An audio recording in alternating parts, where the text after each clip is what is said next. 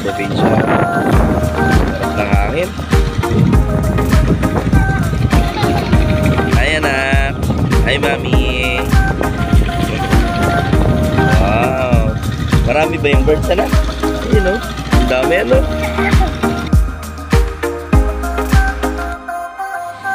Mabuhay mga ka-farmer. Ngayong araw nga ay binisita ko aming halamanan sa Barangay Burlungan sa Magdalena, Laguna. So ito pong inyong mga nakikita ay ang aming mga itinanim na mga dwarf coconut. So 22 ang aking itinanim na seedlings na dwarf coconut at kung saan nasa 3 to 4 years lamang ay maaari na itong mamunga. So sa ganyang paraan ay kahit papano mapapakinabangan namin ang lupang nabili ng aking misis dito sa bayan ng Magdalena. So kung mapapansin ninyo ay napakakapal pa ng mga damo. So yan lahat ng yan ay aming tatabasin upang malagyan namin ng iba't ibang mga tanim na halaman. Ang pagpa-farming ay napakahirap pala. Hindi ko inaasahan na ganito pala kahirap ang magtatanim.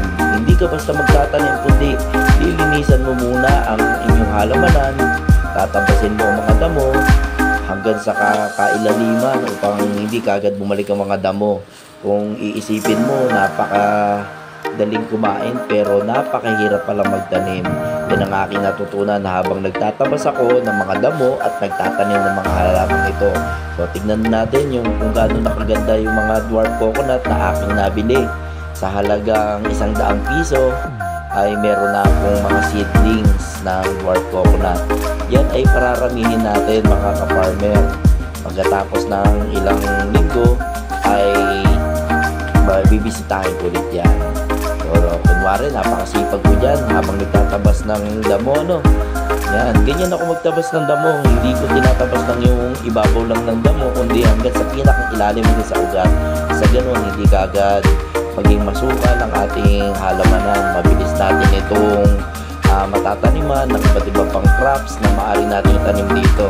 So nag-iisip nga ako bukod sa pag-aalaga or pagtatanim ng dwarf coconut ay maaari din kami mag-alaga ng iba't ibang hayop dito. So una, nilinisin ko muna ang paligid ng aming halamanan upang nasa ganon ay mapakinabangan namin talaga. So ayan, marami tayong ilalagay dito. So antabayanan nyo lang ang aming gagawin na paghahanda sa aming halamanan. So dyan nga pala sa lugar na yan ay meron kami mga alagang hayop. Meron na kami dyang kalabaw, kabayo na kung saan ay pinapasyon ng aking napakasipag na biyanan na si Tatay Raul Bano, si Cap Bano, na kung saan ay napakasipag. So hindi matawaran na kanyang kasipagan sa pagsasaka. So yun nga palang halamanan na yan ay noong 1987 pa ay sila na ang nangangalaga hanggang sa aking misis ay nakapagtapos ng pag-aaral ay nabili namin sa murang halaga. Dahil kami rin sila ng kanyang pamilya ang nangangalaga dito ay napagpasyahan ng may-ari na ipagbenta na rin sa amin at kami na rin magpatuloy na pag-aalaga dito. Napakaswerte talaga namin.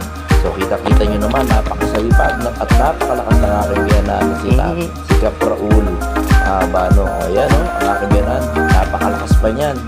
So ayan yung aming tanim na saba sa aming halamanan. Kita-kita nyo naman. So hindi madali ang makapunta sa aming farm. Tatawid ka ng sapa. Pero nakakapawi naman ang pagod kapag nakikita mo naman ang mga itinanim namin. Tinanim ng aking biyanan ay napapakinabangan naman talaga. So ayan, syempre hindi ako magpapatalo. Nakibuhat na rin ako ng produkto na tanim ng aking biyanan. Masarap nga ng mga saging na itinanim dito. Yung mga bunga ay napakatatamis at hindi lang ako nakikinabang. At hindi lang din sila nakikinabang, pati ang aming mga kapitbahay, lalong-lalo na ang aking mga kamag-anak. Busog lang sila sa saging at iba pang mga halaman. Kuminsan nga ay hindi na saging ang naiuwi ko, kasama na ang buko niyog sa amin. Kasi marami rin puno ng niyog na namumunga doon sa aming halamanan. Ayan nga. So kita-kita nyo naman, tatawid kami sa tulay. Diba? Ang hirap kunin ng aming mga pananim balang araw magkakaroon din tayo ng napakagandang daanan dyan na makakapasok ng sasakyan kapag patayo tayo ng magandang kubo or bahay. Yan, diba? Kunwari pa ako dyan, no? Na nahihirapan pero sa loob niyan, ang sarap-sarap sa pakiramdam. Yan nga palang ninalakaran natin ay hindi napuparte ng aming halamanan, ha? Yan ay nakikiraan naman kami. So, ayan, kita-kita naman. O, ang saya, di ba? Fast forward, iuwi ko na ang mga pananim ng aking biyanan. Ang saya-saya, di ba, mga ka-farmer? So, abangan nyo ulit sa susunod ang aking pagbablog.